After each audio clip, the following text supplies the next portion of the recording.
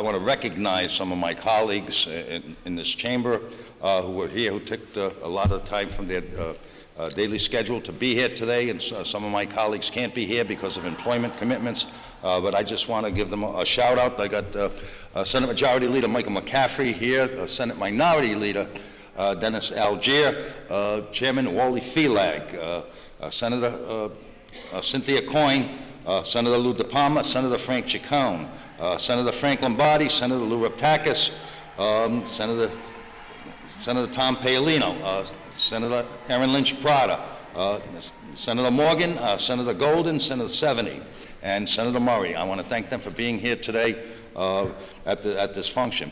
I want to thank Kathleen, and I also want to thank John DiTomaso for what they did this year in the fall season, going around to the different communities throughout the state to tell everyone how concerned they are with the increasing price of pharmaceuticals, not only in this state but in this country. Many of my colleagues attended those workshops, and I am eternally grateful to them for that. We have the oldest elderly population in the country, and I can see where they having difficulty being on a fixed income and having to choose between eating and taking their prescriptions or cutting their prescriptions in half. I don't think that's the way that we want to go in this country. I'm just here to announce that today the Senate is putting in 8 pieces of legislation that will deal with these issues. It will deal with transparency as far as drug costs, and it'll also deal with the high cost of pharmaceuticals and what we're going to try to do to reduce that. So that's why I wanted to come here today, let everyone know that that's what the Senate is intending to do.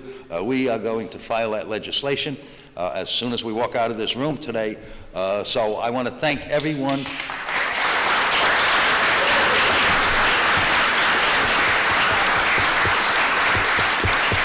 I want to thank all my colleagues for the interest that they have in this particular issue, but I want to thank all of you out there for the fine job that you do.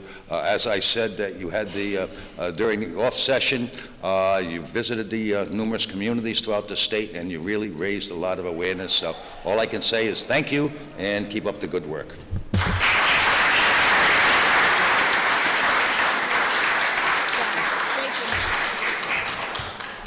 Senator, and we thank you.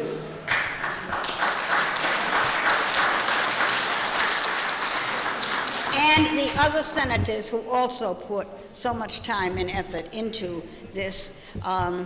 Godspeed to the packet of bills. We have another distinguished guest, and I would like to now call upon Senate Majority Leader Joe Shekarchi, and House Majority Leader. We're all getting a little tongue-tied up here. Joe, good to see you. Thank you for coming. My pleasure. Thank you. Thank you, Kathleen. I have some brief remarks, but before I talk about those remarks, I want to recognize Secretary of State Kathy Connell, who has been a friend of mine since 1986. And when she first ran against for Secretary of State against the entrenched interests of the State House, got elected, beat everybody, shocked everybody, and went on to be one of the most effective Secretary of States that we've had. And that didn't continue when she left office. That didn't stop. It continued, is what I meant to say. She worked hard and continues to work hard every day. And from AARP standpoint, you could not get a better advocate than Kathleen Connell. I mean that sincerely. And I don't know where he is, but John Tomaso, he's another boots on the ground guy. John calls me, emails me, texts me, has events in my district to make me know how vitally important AARP is and the interest. I too want to, as Senate President Ruggiero did, I'd like to recognize my colleagues. We have an impressive showing. This might sound like the House attendance, but I'll do the best I can. We have Chairman Abney, Chairwoman Ackerman, Chairman Craven, Chairman Corvesi, Chairman McNamara, Chairman Serpa, Chairwoman Diaz, Representative Serodio, Representative Noré, Representative Speakman, Representative Jello, Representative Donovan, Representative Handy, Representative Casimiro, Representative Hawkins, Representative Phillips, Representative Vella Wilkinson, Representative Ruggiero, and Representative Tanzi, and Representative Falella. If there is anyone else that I have missed, please forgive me because you may have come in after. I did say Chairman Azanaro. If I didn't, please don't forget, because Sam Azanaro is, as I said the other day, the gentleman of the House. So, and I mean that sincerely, Sam. I want to thank you, and I want to really thank you all for your advocacy for a great cause. I'm here today on behalf of the House, where we very much value the contributions by all of AARP members and of your organization. We share your concerns about the lack of affordability for prescription drugs. This is an issue that affects virtually every single Rhode Islander, particularly older Rhode Islanders, of whom you advocate for and who matters each and every one to your local legislators. It really does matter that prescription costs, drug costs are out of control. Some of you may know, I'm a type 2 diabetic, so I have a lot of prescriptions, and I feel the pain. I paid $30 per pill for one of my pills, and that's with the copay. So I know what it costs, and it's ridiculous. In the House, we've already introduced a bill sponsored by HEW Committee Chairman Joseph McNamara, and I co-sponsored it with him, to create a prescription drug affordability board. This is tasked with investigating, comprehensively evaluating all drug prices for Rhode Islanders and possible ways we can reduce them to make them more affordable.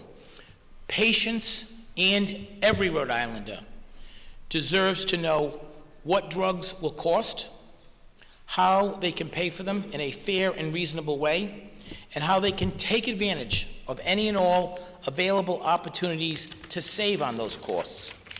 People living on fixed incomes should not have to skimp between doing what is essential, buying your prescription drugs or food or housing.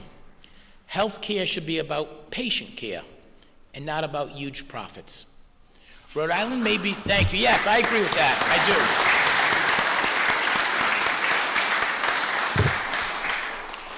do. Rhode Island may be small, but we still have a market that matters.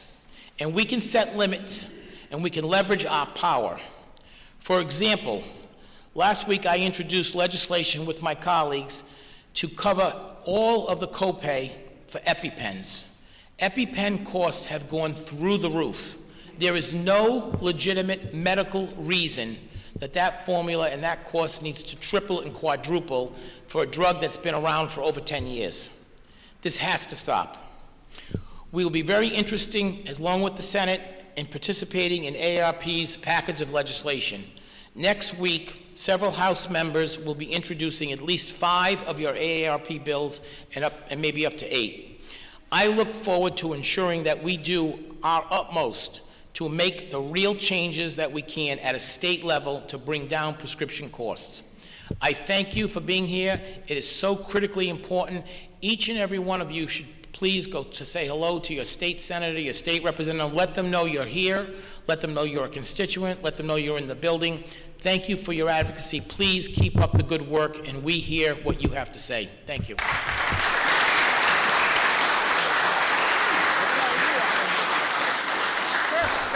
Stay for a minute. Thank you so much from these